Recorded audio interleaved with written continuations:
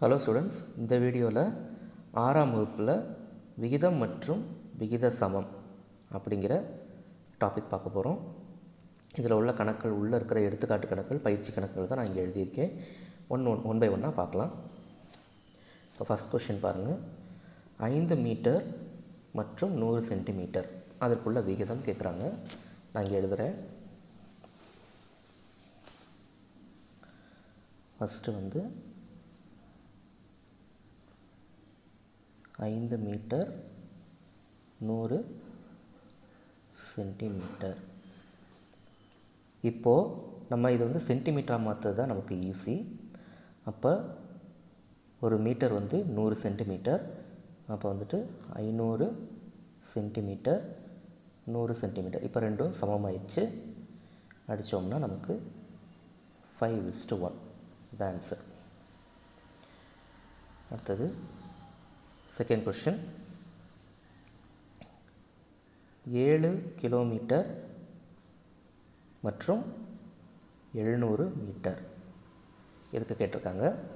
இப்போ இதே அதே மாதிரி தான் நம்ம சின்ன யூனிட்டாக நம்ம மாற்றிக்கலாம். 1 கிலோமீட்டர் = 1000 மீட்டர். அப்போ 7000 மீட்டர் 700 மீட்டர் வந்துருச்சு.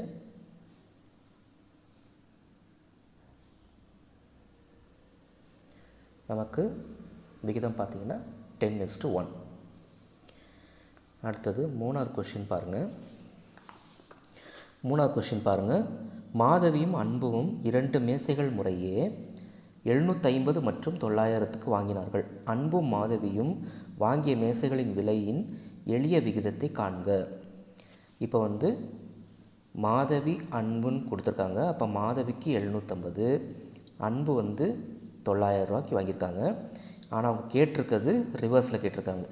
அன்பும் மாதவியும் வாங்கிய மேசைகளின் விலையின் எளிய விகிதத்தை காண்க.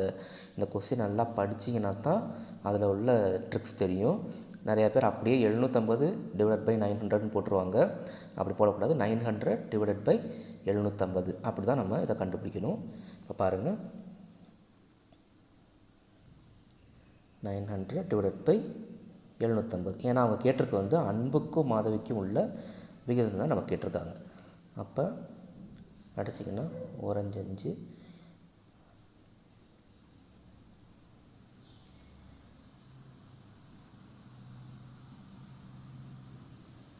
அப்போ நமக்கு 6:5 தான் ஆன்சர். இதை அடிச்சிங்கன்னா நமக்கு 6:5 வரும். அடுத்தது 4வது கொஷின் பாருங்கள். 40 நிமிடத்திற்கும் 1 மணி நேரத்திற்கும் இடையே உள்ள விகிதத்தை காண்க. இப்போ 40 நிமிடம்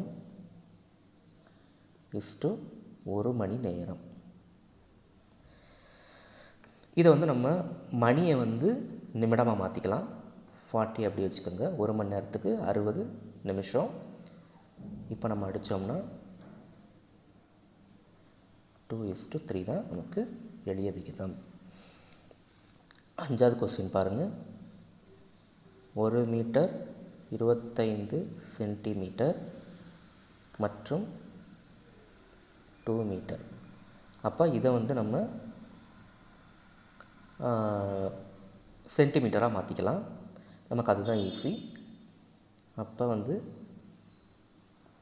125 சென்டிமீட்டர் = 200 சென்டிமீட்டர்னு வந்துடுமா? இப்போ இதை அடிக்கணும்.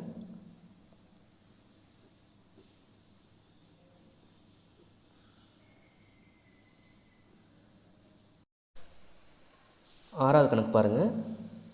6வது கணக்கு 3 கிலோகிராம் = 750 கிராம். ஒன்றும் இல்லை, இதை நம்ம சிம்பிளிஃபை பண்ணிக்கலாம். இப்போ கிராமாக மாத்திரம் தான் நமக்கு ஈஸி.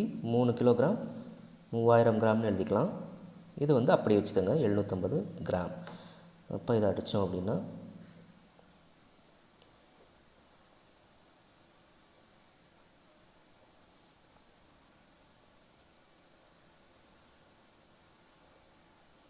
4:1 தான் நமக்கு சரியான ஆன்சர். அடுத்தது 7வது கணக்கு. 75 பைசா = 2 ரூபாய். இப்போ பைசாவும் ரூபாயும் கொடுத்துருக்காங்க. ஒன்றும் இல்லை, ஒரு ரூபாய் வந்து 100 பைசா. சரியா? அப்போ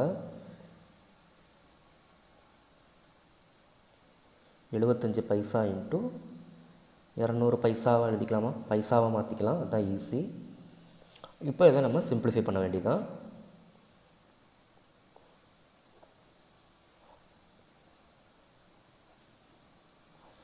த்ரீ இஸ்டு 8. எவ்வளோ தூரத்துக்கு வந்து சிம்பிளிஃபை பண்ண முடியுமோ அந்த அளவுக்கு சிம்பிளிஃபை பண்ணிடுங்க. சம்டைம்ஸ் சில நீங்கள் சிம்பிளிஃபை பண்ணிட்டு வரும்போதே ஆப்ஷனில் ஏதாவது அதுக்கு ஈக்குவலான ஆன்சர் இருந்ததுன்னா அதை நீங்கள் எடுத்து எழுதிக்கலாம்.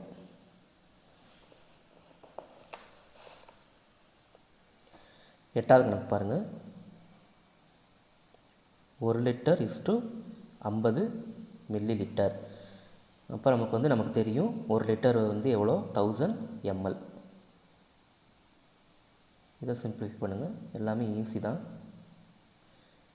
20:1 ரைட் ஆன்சர். 9th கொஸ்டின் பாருங்கள். குமரனிடம் 600 உள்ளது. அதை விமலாவிற்கும் யாழினிக்கும் 2:3 என்ற விகிதத்தில் பிரித்தால் யாருக்கு அதிக தொகை கிடைக்கும், எவ்வளவுன்னு கேட்டிருக்காங்க. ஸோ இந்த மாதிரி ஒரு சம் கொடுத்து, இந்த மாதிரி ஒரு அமௌண்ட்டோ இல்லை ஒரு நம்பரோ ஏதோ ஒன்று கொடுத்து அது இந்த மாதிரி விகிதத்தில் பிரிக்கிறாங்க அப்படின்னா சிம்பிள், இதை ரெண்டையும் ஆட் பண்ணிடுங்க. இதை ரெண்டையும் ஆட் பண்ணி அதுக்கு தகுந்த மாதிரி 2க்கு தகுந்த மாதிரி இதை மல்டிபிள் பண்ணி நம்ம எடுத்துடலாம். அது எப்படின்றத பார்க்கலாம். ஃபஸ்ட்டு இந்த மாதிரி சம் வந்ததுன்னா இந்த ரெண்டையுமே ஆட் பண்ணிடுங்க. இதில் வந்து 2:3 இருக்கா, அப்போ 5. இப்போ அதில் வந்து மொத்த தொகை எவ்வளோ, 9th சம். மொத்த தொகை வந்து 600 இருக்குது. 600 2:3 பிரிக்க சொல்லியிருக்காங்க. பிரித்தா ஒவ்வொருத்தருக்கும் எவ்வளோ கிடைக்கும், மொத்தம் எவ்வளோ, 5. அப்போ 5க்கு 2, 600 ரூபாயில் எவ்வளோ வருதுன்றதை கண்டுபிடிச்சிக்கலாம். அதே மாதிரி 5க்கு 3, 600 ரூபாயில். சரியா? அப்போ இதை நம்ம சிம்பிளிஃபை பண்ணோம்னா ஒவ்வொருத்தருக்கும் எவ்வளோ கிடைக்குங்கிறது தெரிஞ்சிடும். பாருங்க, 240:360. அப்போ விமலாவிற்கு 240 ரூபாயும் யாழினிக்கு 360 ரூபாயும் கிடைக்கும். இதுதான் கரெக்ட் ஆன்சர். அடுத்தது 10வது சம் பாருங்கள்.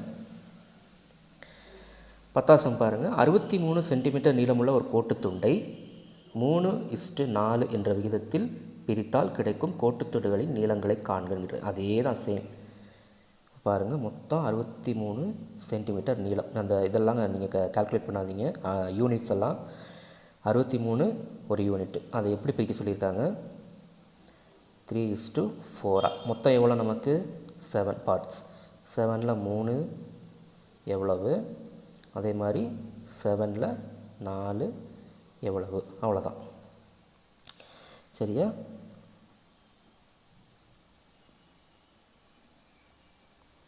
(27:36). அவ்வளோ. இதை இன்னும் சிம்பிளிஃபை பண்ணாலும் பண்ணலாம் நம்ம.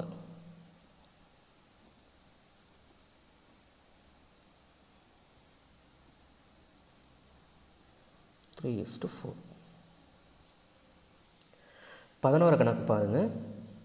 விகித சம விதியை பயன்படுத்தி 3:2 மற்றும் 30:20 விகித சமமா என ஆராய்க அப்படின்னு கேட்டிருக்காங்க. இது ரொம்ப சிம்பிள். 11வது கணக்கு பாருங்கள். இப்போ விகித சமன் விதினா நமக்கு எல்லாருக்குமே நல்லா தெரியும். இப்போ 2 விகிதங்கள் இருக்கும், A:B, C:D. அப்படின்னா இது விகித சமம்னா எப்படி இருக்கணும்னா, இது ஃபஸ்ட்டு விகித சமம் அப்படி இருந்தது அப்படின்னா எப்படி எழுதலாம்னா இப்படி எழுதலாம். அப்போ A/B is equal to இந்த 2 இஸ்ட்டுக்கு வந்து என்ன அர்த்தம்னா ஈக்குவல்னு அர்த்தம், C/D. இப்போ எப்படி எழுதலாம், AD is equal to CB. இப்படி இருந்த ரெண்டுமே ஈக்குவலாக இருந்தால் விகித சமம் கரெக்டுன்னு அர்த்தம். இப்போ அதை அப்ளை பண்ணி பார்க்கலாம். பாருங்கள், இப்போ அதே மாதிரி 2 இது 3:2 30:20 இருக்கா. அப்போ இதே ஃபார்முலாவை நம்ம அப்ளை பண்ணணும். 3 × 20 = 2 × 30. அப்போ ரெண்டுமே நமக்கு ஈக்குவல். அப்போ விகித சம விதியை வந்து இது வந்து பூர்த்தி செய்யுதுன்னு அர்த்தம். ஒரு வேளை இது வேறு வேல்யூ இது வேறு வேல்யூ இருந்துச்சுன்னா அது வந்து விகித சமன் விதியின் படி அந்த விகிதங்கள் இல்லை அப்படின்றத நம்ம சொல்லிடலாம். 12வது கேள்வி பாருங்கள். பாரி 5 இறகு பந்துகளை ஒரு விளையாட்டு பொருட்கள் விற்கும் கடையில் வாங்க விரும்புகிறான். ஒரு பெட்டி 12 பந்துகள் இருக்குது. ஒரு பெட்டியில் 12 பந்துகள் இருக்குது. விலை வந்து 180 ரூபான்னு சொல்லியிருக்காங்க. எனில் பாரி 5 பந்துகளை வாங்க எவ்வளவு ஆகும்? ஒரு பெட்டியில் வந்து 12 பந்துகள் இருக்குது. 12 பந்துகளுடைய விலை தான் 180. ஆனால் பாரிக்கு வந்து 5 இறகு பந்துகளே போதுமானது. அப்போ இந்த கணக்கு எப்படி எழுதணும் அப்படின்னா, இப்போ 12 இறகு பந்துகளுடைய விலை எவ்வளோ சொல்லியிருக்காங்க? ஒரு பெட்டியில் வந்து 180. அப்போ ஒரு பந்தினுடைய விலை 180/12. இப்போ அதை அடித்தோன்னா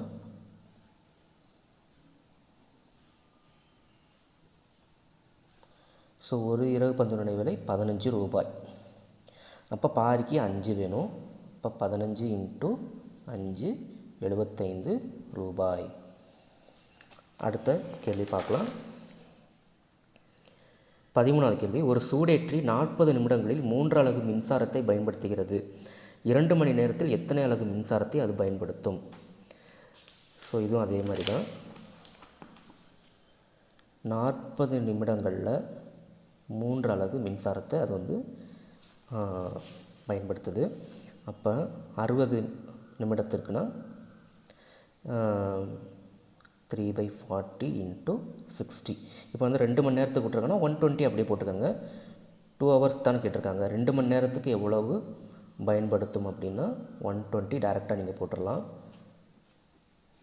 அப்போ 9 அலகுகள் மின்சாரத்தை அது பயன்படுத்தும். தேங்க்யூ.